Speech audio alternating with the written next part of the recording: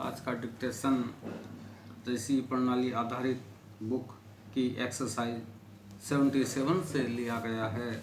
Dictation का शीर्षक है न्याय विभाग संबंधी अभ्यास। डिक्टेशन का टाइम शुरू होता है। अब दीवानी और फौजदारी के मुकदमों का फैसला करने के लिए सबसे बड़ी अदालत को प्रिवी काउंसिल कहते हैं।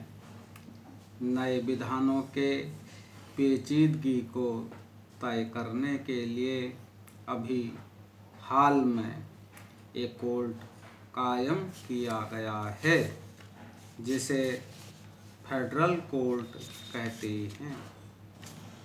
प्रिवी काउंसिल के मुकदमे इंग्लैंड में होते हैं। भारत में सबसे बड़ी अदालत हाई कोर्ट की है।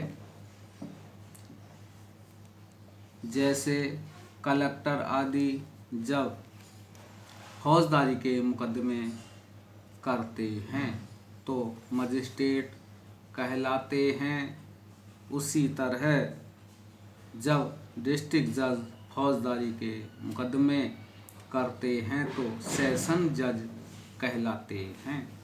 माल के मुकदमे की सबसे बड़ी अदालत बोर्ड ऑफ रेवेन्यू है और उसके अधीन डिविजनल कमिश्नर, सेटलमेंट ऑफिसर, तहसीलदार आदि माल के मुकदमे करते हैं। अवध प्रांत की सबसे बड़ी अदालत को जुडिशियल कमिश्नर कोर्ट कहते हैं।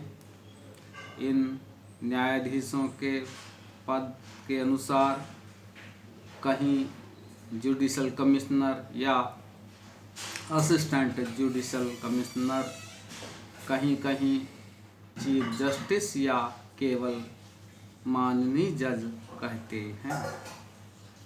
मुकदमे को जो दायर करता है उसे मुद्दई या वादी कहते हैं और जिसके खिलाफ वह मुकदमा दायर कराता है उसे मुद्दा लेह या प्रतिवादी कहते हैं। जो कानून के जानकार मवक्किलों की तरफ से इन मुकदमों की बहस किसी कोर्ट या इजलास में करते हैं, इनको पद के अनुसार प्लीडर मुख्तियार, एडवोकेट या अटॉर्नी कहते हैं।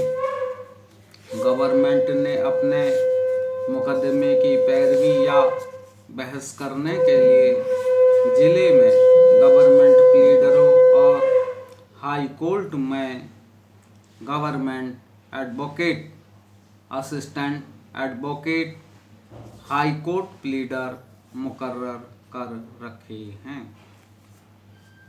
किसी मुकदमे को दायर करने के लिए मुद्दई को न्यायालय में अर्जी दावा पेश करना होता है और उसके बाद उसके जवाब में मुद्दा लेह बयान तहरीर पेश करता है।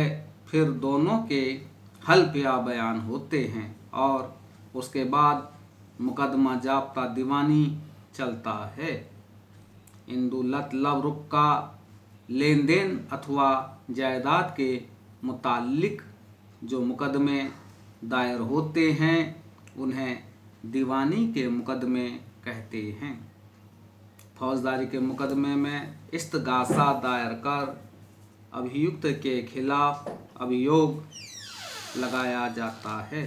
बहुत से जुर्मों में पुलिस को अख्तियार होता है कि मुजरिम को पहले ही गिरफ्तार कर ले या किसी जमानतदार के जमानत देने पर छोड़ दे।